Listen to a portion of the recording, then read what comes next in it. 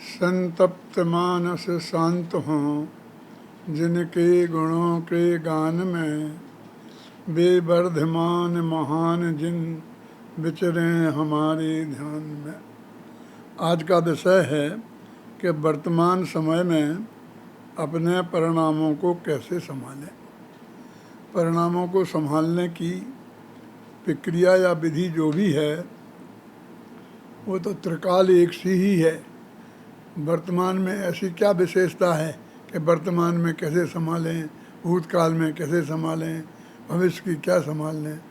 जब भी परिणाम होते हैं वो वर्तमान में ही होते हैं और उसमें जो भी हो सकता है वो वर्तमान में ही हो सकता है। इसलिए वर्तमान का खास महत्व तो नहीं है, फिर भी हमें परिणामों को संभालने की बात है कि हमारे परिणाम अच्छे रहें। तो वास्तव में अपने यहाँ एक छंद आता है कि परिणामन की संभाल में तातें गाफिल हो मत प्राणी, बंध मोक्ष परिणामन ही सो कहत सदा श्री जनवर वाणी। कि परिणामों की संभाल में गाफिल मत हो। इसके दो अर्थ हो सकते हैं। एक तो ये कि परिणामों को संभालो, बिगड़ ना जाएं, बिगड़ जाएंगे तो भव बिगड़ जाएगा। और दूसरा ये अर्थ है कि सारी ज़िंदगी परिणामों के संभालने में लगे रहे और उसी में गाफिल हुए रहे। और तुमने जो अपरिणामी द्रव्य है जिसके आश्रय से धर्म होता है और जिसके आश्रय से परिणाम संभलते हैं उसे तो संभाले ही नहीं। माने परिणामों को संभालने की ज़रूरत नहीं है। वर्तमान तो एक समय का होता है। अब तो जो परिणाम हो गया वो तो हो गया, उसे क्या संभालें। भूतकाल का परिणाम तो नष्ट हो गया, भविष्य का तो अभी आया ही नहीं है, तो वो कैसा आने वाला है तुम्हें पता ही नहीं है, तो तुम उसे कैसे संभालोगे। अपने उपयोग को परिणामों पर मत रखो।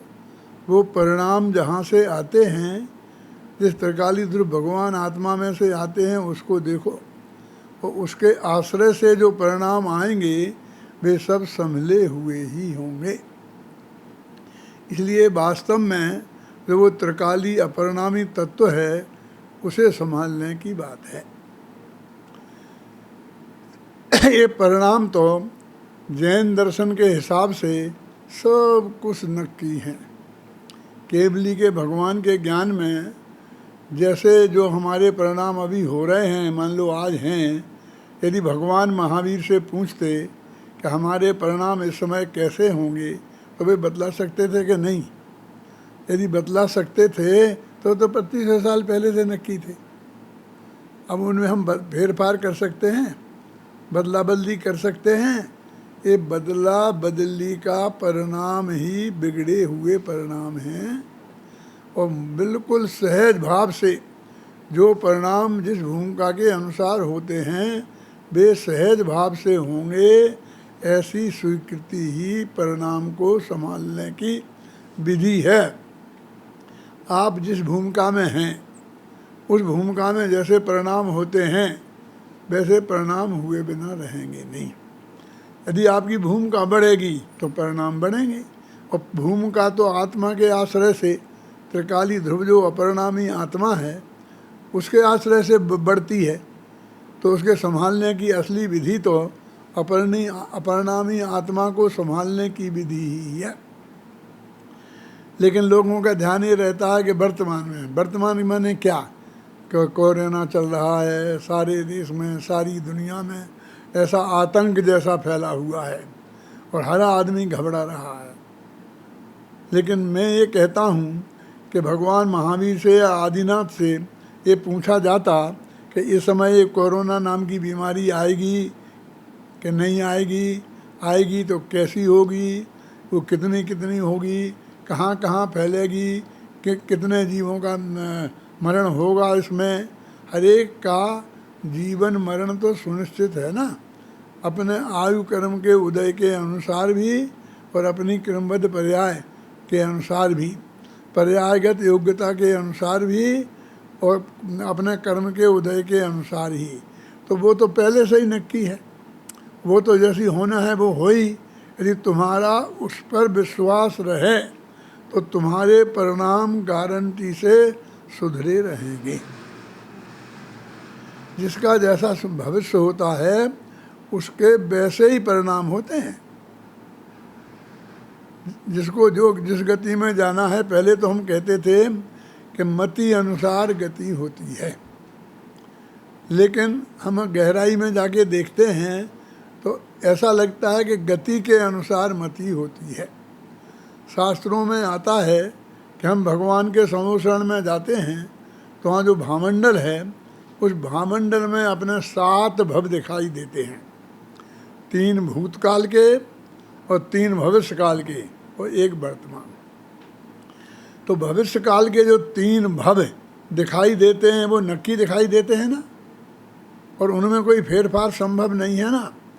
तो आयु कर्म तो एक ही बंधता है, एक भव का ही बनता है, वो भी त्रिभाग में। त्रिभाग का अर्थ समझते हैं?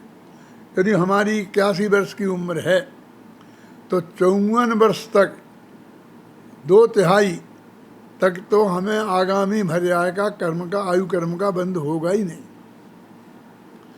फिर जो 54 वर्ष में एक समय आएगा जब बंद होगा, और तब नहीं हो पाया तो जितने बचे ना 27 वर्ष, तो उसका फिर त्रिभाग में आएगा। माने फिर 9 दूनी 18 वर्ष जाने दो। पहला 54 वर्ष की उम्र में, दूसरा 72 वर्ष की उम्र में, तीसरा 78 वर्ष की उम्र में, चौथा 81 वर्ष की उम्र में, पाँचवा 81 वर्ष और 8 महीने की उम्र में। इस तरह से 8 पॉइंट आते हैं जब आयु कर्म बनता है। तो अभी तो आयु कर्म मान लो बंधा ही नहीं है,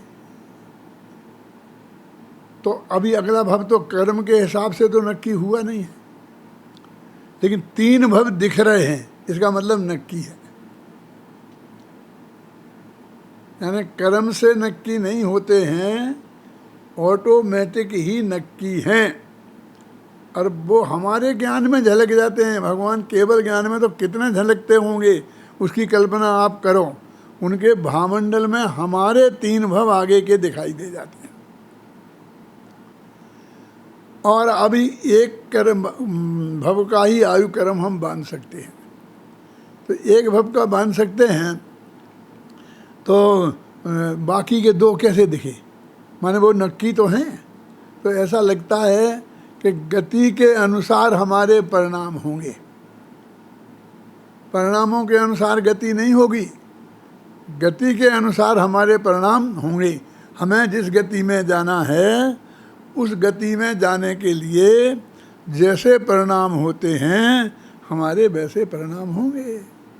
आप उनमें कोई फेरफार नहीं कर सकते हैं। परिणामों को भी हम सुधार लें, ये विकल्प से भी परिणाम सुधरने वाले नहीं हैं। ये विकल्प तो आकुलता का विकल्प है। सहज भाव से नियम है कि जो जिस भूमिका में होता है उसे उस भूमिका के योग्य परिणाम आते ही हैं। चौथे गुणस्थान में है तो उसे 6वें 7वें गुणस्थान जैसे भाव कैसे आ जाएंगे? उसे तो चौथे गुणस्थान जैसे ही आएंगे ना।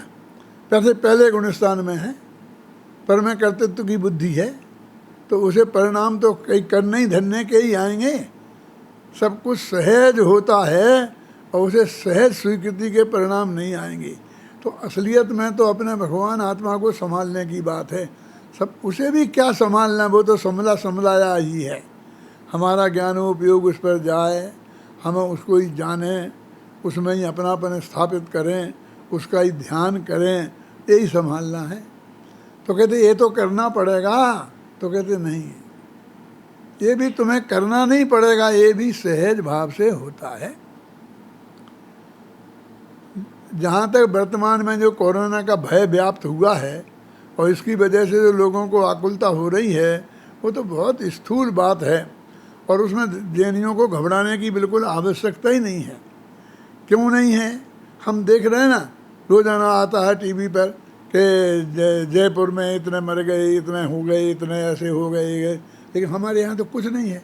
कोई एक पर्टिकुलर एरिया विशेष है जहाँ इस टाइप के लोग रहते हैं कि जो सदाचारी जीवन नहीं है, सात्विक जीवन नहीं है, तो उनको ये बीमारी सता रही है। लेकिन हमारे इस एरिया में चारों तरफ 8-10 किलोमीटर में तो एक भी केस, ना एक केस हुआ है, ना कोई आकुलता है। ऐसे ही सारी जैन समाज में हम तो ये देखते हैं, जितने भी अखबारों में और टीवी पे समाचार आते हैं, उनमें आते हैं तो कोई जैनियों के नाम नहीं आते हैं। हमारा खान पान शुद्ध है, हमारा रहन सहन शुद्ध है। और वैसे भी हम तो ऐसे लोग थे, भगवान के मंदिर में पूजा करने जाएं तो एक दूसरे को छू ना जाएं, दूर रहते हैं। तो जिसे अपन कहते हैं ना कि दूरी मेंटेन करो, 2 गज दूर रहो, तो हम तो सहज ही रहते हैं। और वैसे पहले नहीं रह पाते थे, कोई सामने वाला बुरा मानता था, उसके पास यदि वो हमारे पास आए, उसे हम रोकें तो उसे बुरा लगता था। अब हमको और सुविधा हो गई है कि नहीं भाई साहब दूर रहिए, भाई साहब दूर रहिए। ख्याल में आई ना?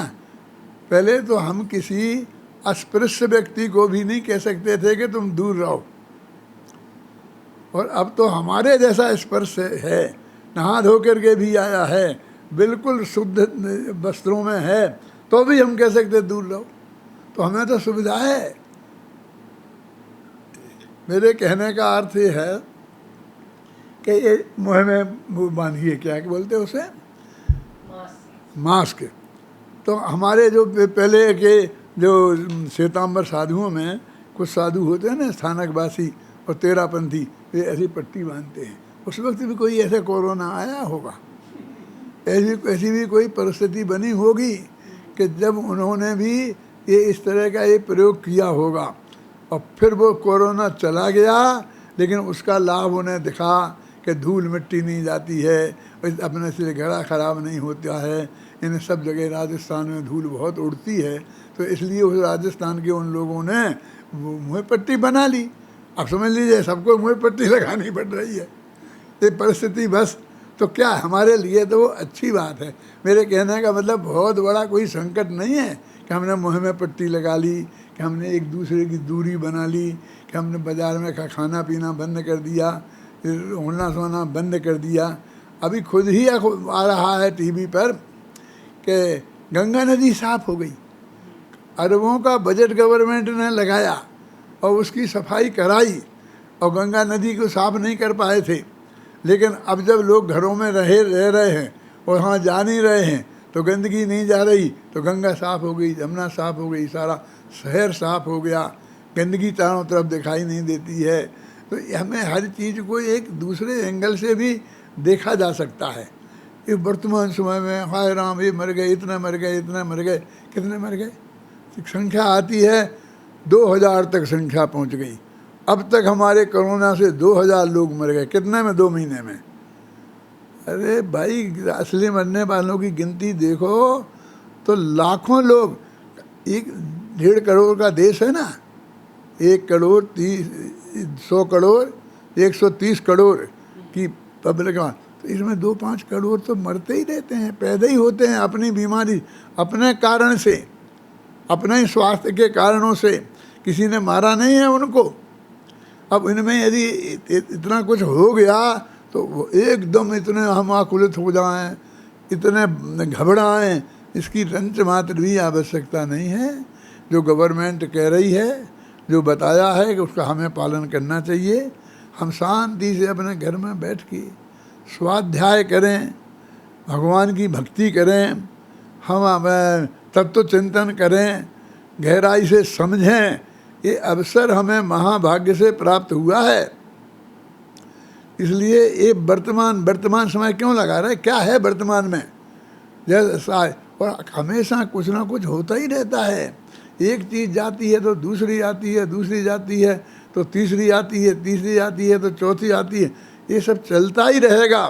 हमें तो अनादिकाल से हम इन पर्यायों की संभाल में रहे, और हमारे संभालने से संभलता क्या है?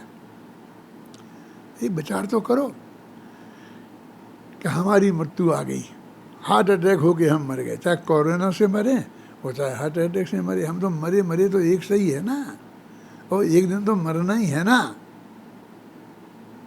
मेरे कहने का अर्थ ये है कि गवर्नमेंट जैसी कह रही है हम सावधानी पूरी बरतें। वो देखा जाए कोई आदमी नहीं है, नहीं मानते हैं, ज़बरदस्ती बिना कारण के ही सड़क पर दौड़ रहा है, तो पुलिस वाले उसे मुर्गा बनाते हैं, पुलिस वाले उसे दौड़ाते हैं, पुलिस वाले उसे दंड देते हैं कि साहब हमें मुर्गा बना देते, हमें मुर्गा बना देंगे। तुम्हें क्यों बना देंगे? तुम जाओगे ही नहीं बिना कारण से, तो क्या है? कारण से तो वे भी नहीं रोकते हैं। तुम्हें अस्पताल जाना हो, इमरजेंसी हो, दवाई लानी हो, सब्जी लानी हो, तो वो भी कहाँ रोकते हैं? आपका क्या रुक गया है? इसलिए व्यर्थ में भय का वातावरण बनाना अच्छी बात नहीं है। लेकिन इसका मतलब ये नहीं है कि निर्भय हो के स्वच्छंदता बरतें।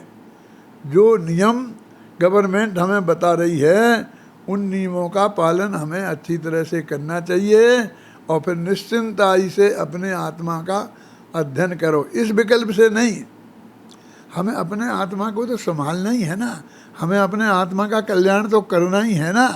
तो वो त्रिकाली ध्रुव भगवान आत्मा जो हमारा स्वरूप है, उस स्वरूप का ध्यान करो ना, उसका ज्ञान करो ना। देखो सारी चीज़ ऑटोमेटिक प्रक्रिया से होती है। अपना ये आत्मा अनादिकाल से निगोद में था, फिर निगोद से निकला, एक इंद्री हुआ, दो इंद्री हुआ, तीन इंद्री हुआ, चार इंद्री हुआ, आता छड़ा में लट पील अली आदि शरीर हर धर मर्यो हसही बहु पीर। फिर सैनी पंचेंद्री हुआ। जब तक हम सैनी पंचेंद्री मनुष्य नहीं हुए थे, तब तक मैं आपसे पूछता हूँ कि निगोद में आपने अपने भावों को संभालने का, परिणामों को संभालने का क्या पुरुषार्थ किया था? ऑटोमेटिक प्रक्रिया के अंतर्गत ही निकले हैं ना, आपके बिना किए ही सब हुआ है ना। इस मनुष्य भव तक आप आ गए और बिना किए आ गए। और अपने शास्त्र में बताते हैं कि साधवें गुणस्थान में पहुंचने के बाद फिर जब छपक श्रेणी में हम चले जाते हैं, उपसम श्रेणी में चले जाते हैं, तो सब ऑटोमेटिक होता है। वहाँ भी बुद्धिपूर्वक कुछ नहीं होता है।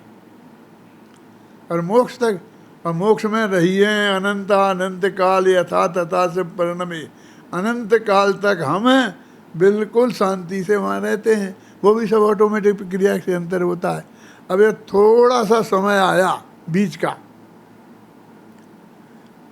उसमें हम अनंत आकुलता करते हैं। सैनी पंचेंद्री हुए, और जब तक हम सातवें गुणस्थान में नहीं पहुँचे हैं, तो पहले से समझ लीजिए छठवें गुणस्थान तक जो विकल्प का काल है, और उसमें भी सैनी पंचेंद्री का वैसे निगोदिया अनंत जीव है।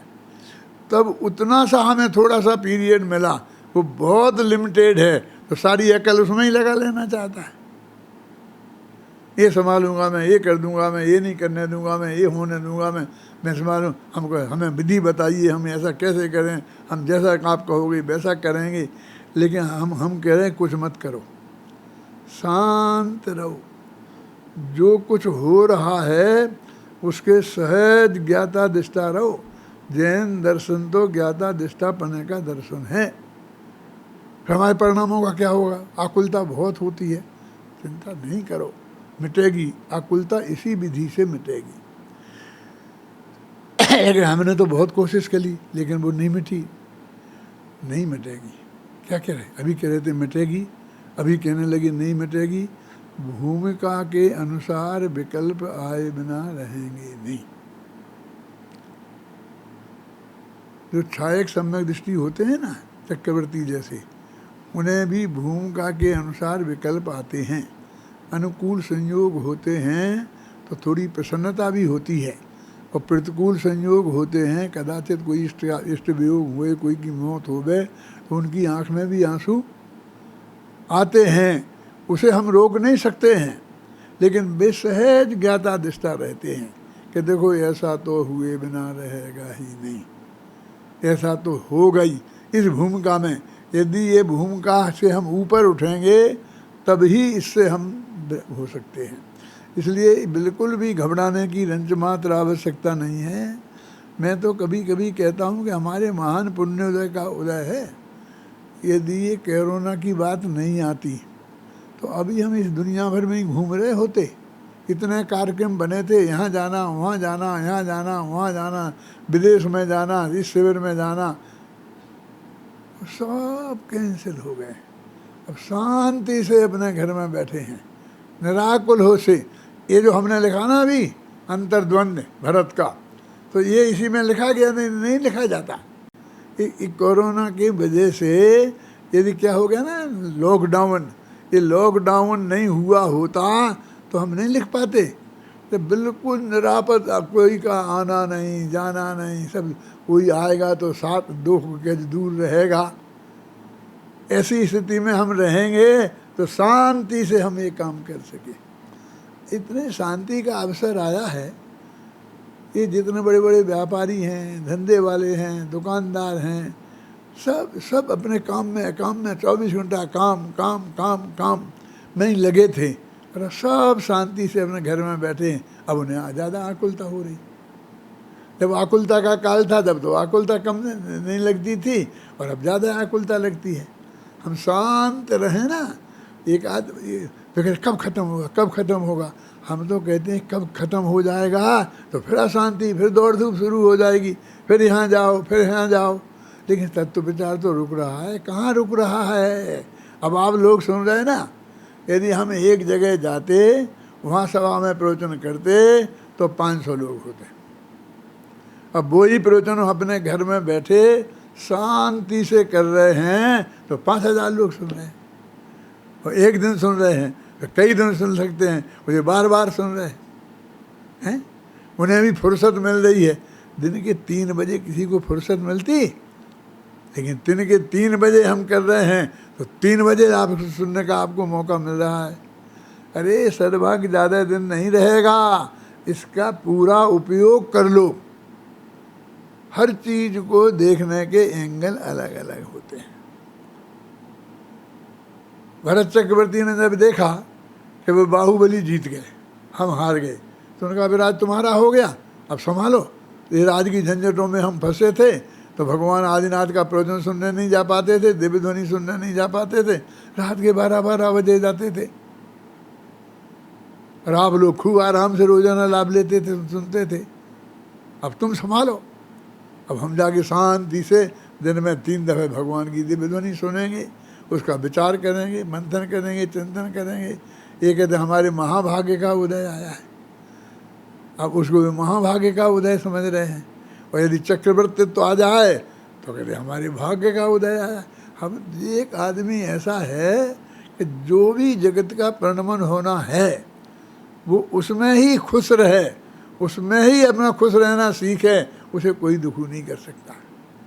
मैं तो ऐसा कहता हूँ कि बहुत भोली भाली महिला थी, शादी हो गई, ससुराल रहती थी, मायके आती थी, तो कहते ढोंगो पीहर जाओगी कि हाँ जाएंगे, कि ढोंगो ससुराल जाओगी कि हाँ जाएंगे।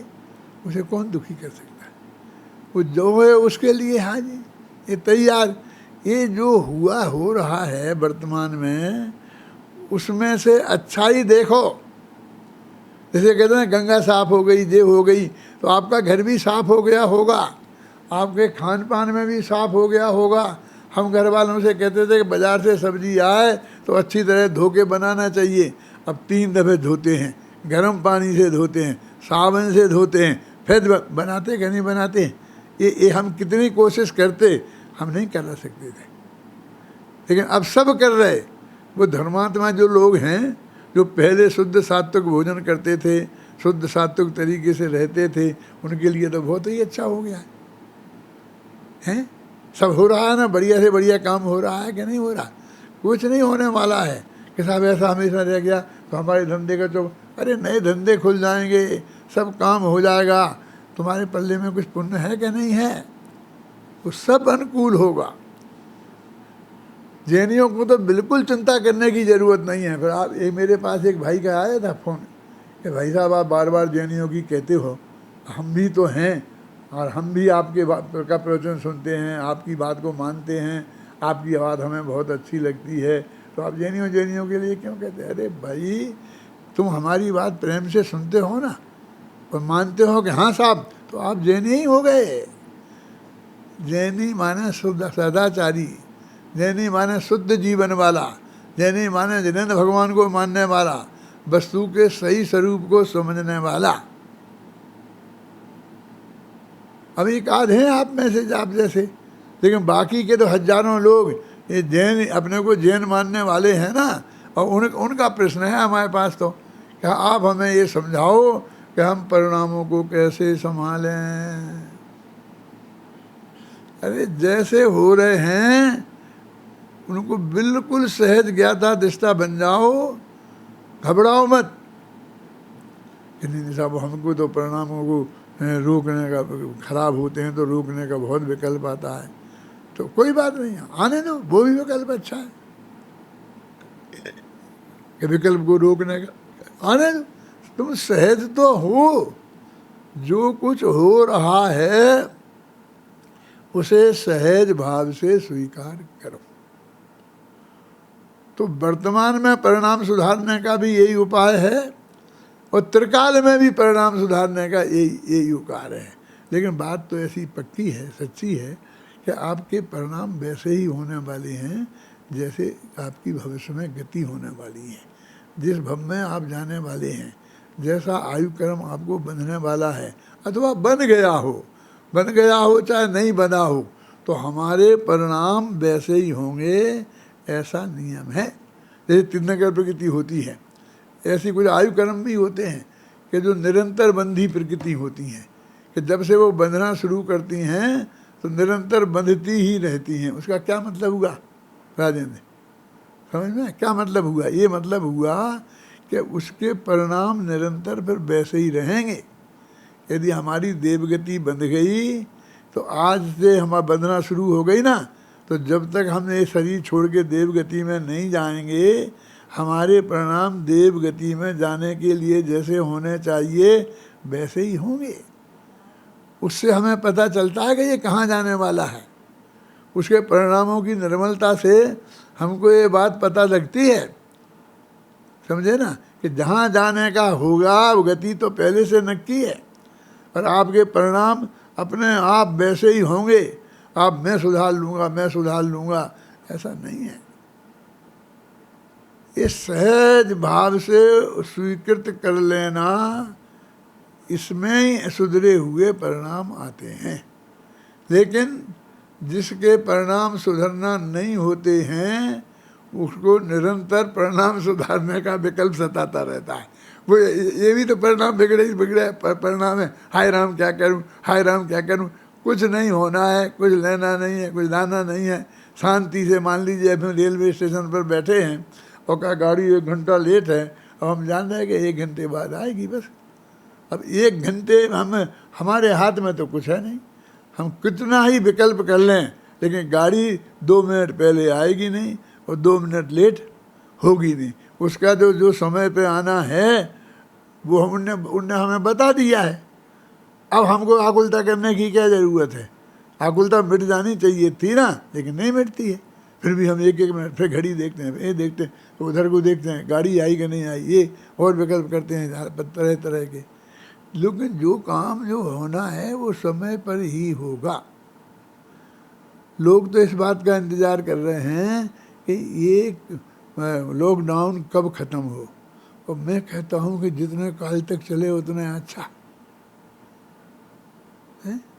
उतने काल तक बिल्कुल शांति है, कोई अपराध नहीं हो रहे, चोरी चपोटी नहीं हो रही, व्यभिचार नहीं हो रहा है, कोई पाप नहीं हो रहे, हत्याएं नहीं हो रही हैं, थानों में केस आना कम हो गए हैं, अस्पताल में मरीज आना कम हो गए हैं। यदि नहीं होता ना ये, तो हम भी 2 महीना में 2-4 दफ़े अस्पताल के चक्कर काटे ही आते डॉक्टरों के पास, लेकिन हम गए ही नहीं, विकल्प ही नहीं है। थोड़ी बहुत ऐसे जुकाम मुखाम होता है तो हम परवाह ही नहीं करते हैं, और फिर नहीं जा करके जाते, दौड़ के जाते थे। अस्पतालों में भी भीड़ कम हो गई है। आप इसके लाभ तो देखो, आप इसकी कमजोरियां खराबियां क्यों देखते हो? बस नाम आ गया कि फला क्या जयपुर का फलाने का, लेकिन वो पर्टिकुलर एक एरिया है, यहाँ पर बोलते हैं रामगंज, वो रामगंज का एरिया है, वहीं सारा चक्कर है। वहीं वो जो कोरोना के मरीज हैं वो वहीं हैं, और वही पास रहते हैं, मानते नहीं हैं तो दूसरे को लगता है, तीसरे को लगता है, चौथे को लगता है। यहाँ भाग्य से है भी नहीं किसी को, और सब लोग बिल्कुल मर्यादा में मान रहे। हम तो जिस दिन से लगा है तो स्मारक की बाउंड्री से बाहर निकले ही नहीं, विकल्प भी नहीं आया कि क्या निकलना, क्या जाना शांति से। तो इसलिए भाई शांति तो रखने से होती है। और वर्तमान समय की क्या बात है, हमें तो त्रिकाल में कैसे हमारा चित्त शांत रहे, तो एक ही मार्ग है कि हम स्वाध्याय करें, जिनवाणी का अध्ययन करें, जिनवाणी का मनन करें, भगवान के स्वरूप पर विचार करें, केवल ज्ञान का स्वरूप समझें, सर्वज्ञता का स्वरूप समझें।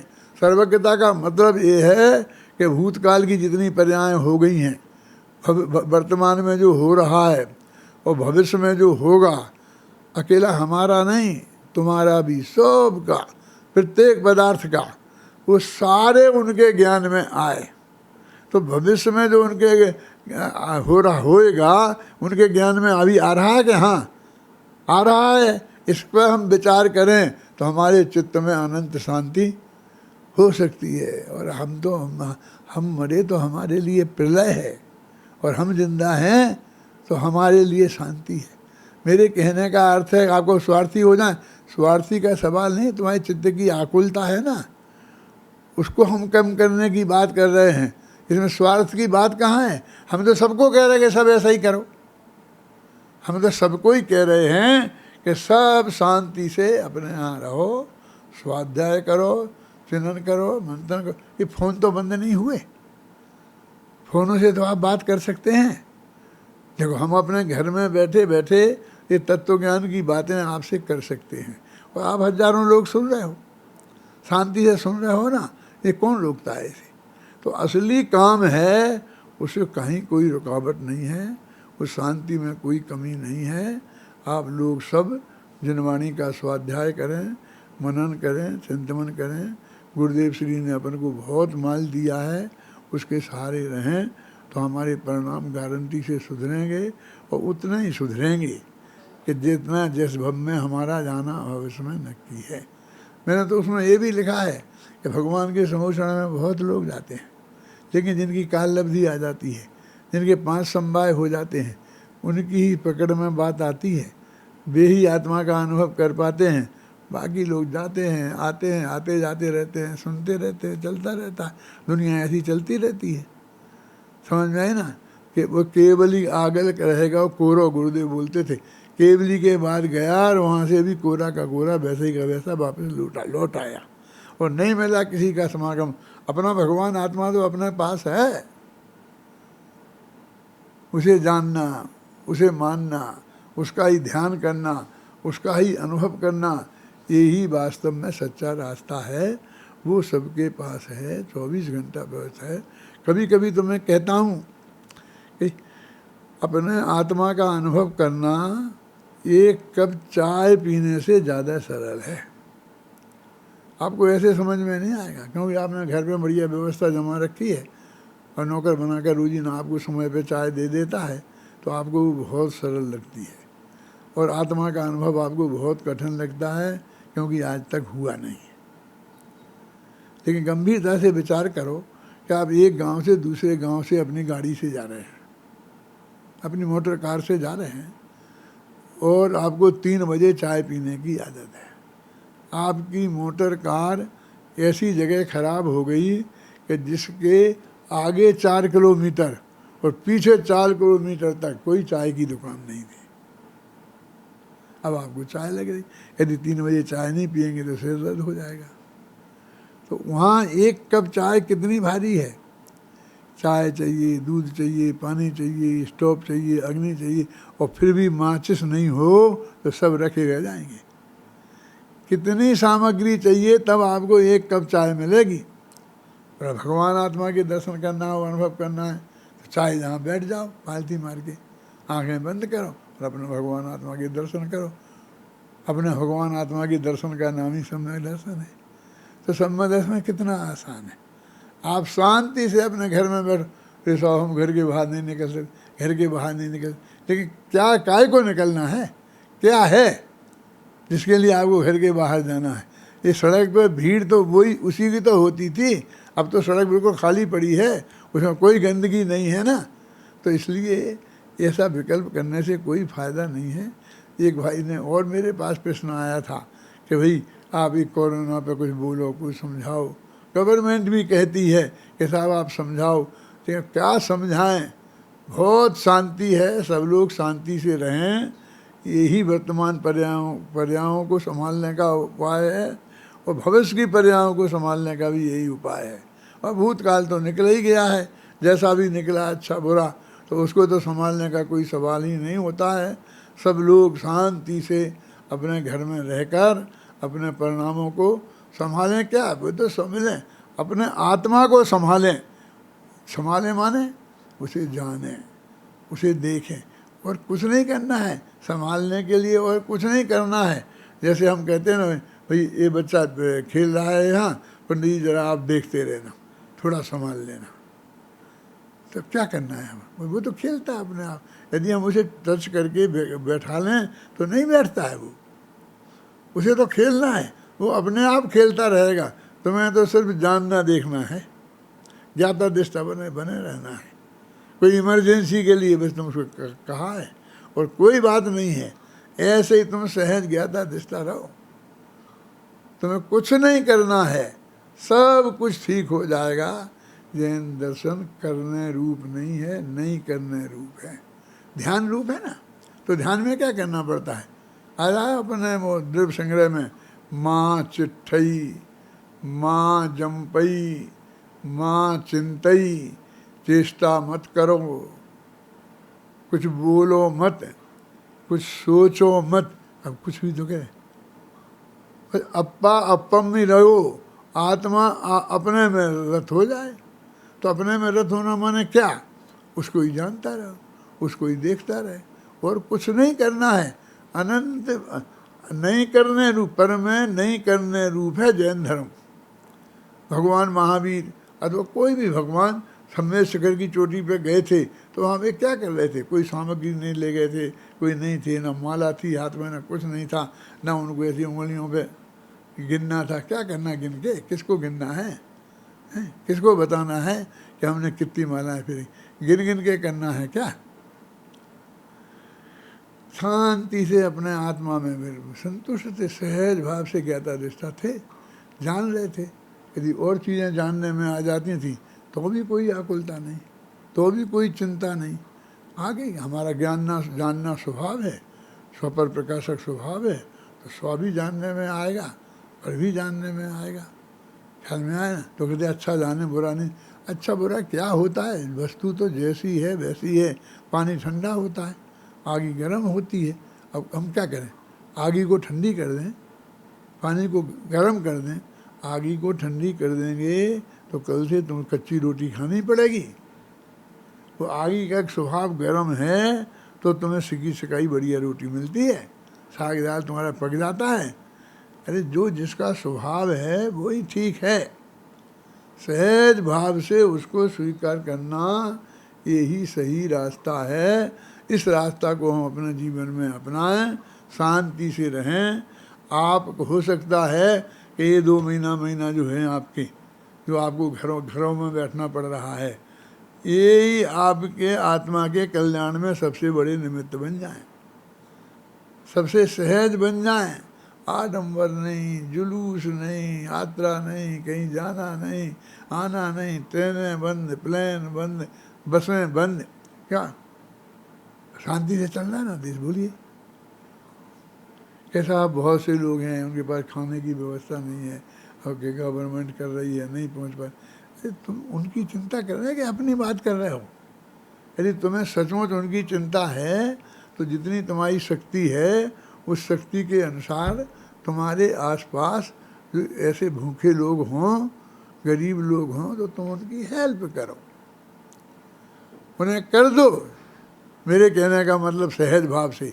हम ये नहीं कहते कि उनकी बात चिंता नहीं करो, लेकिन नहीं है कुछ तो शांति से अपने अंदर बैठे रहो। गवर्नमेंट कहती है कि तुम्हारा सबसे बड़ा सहयोग ये है कि तुम अपने घर में रहो।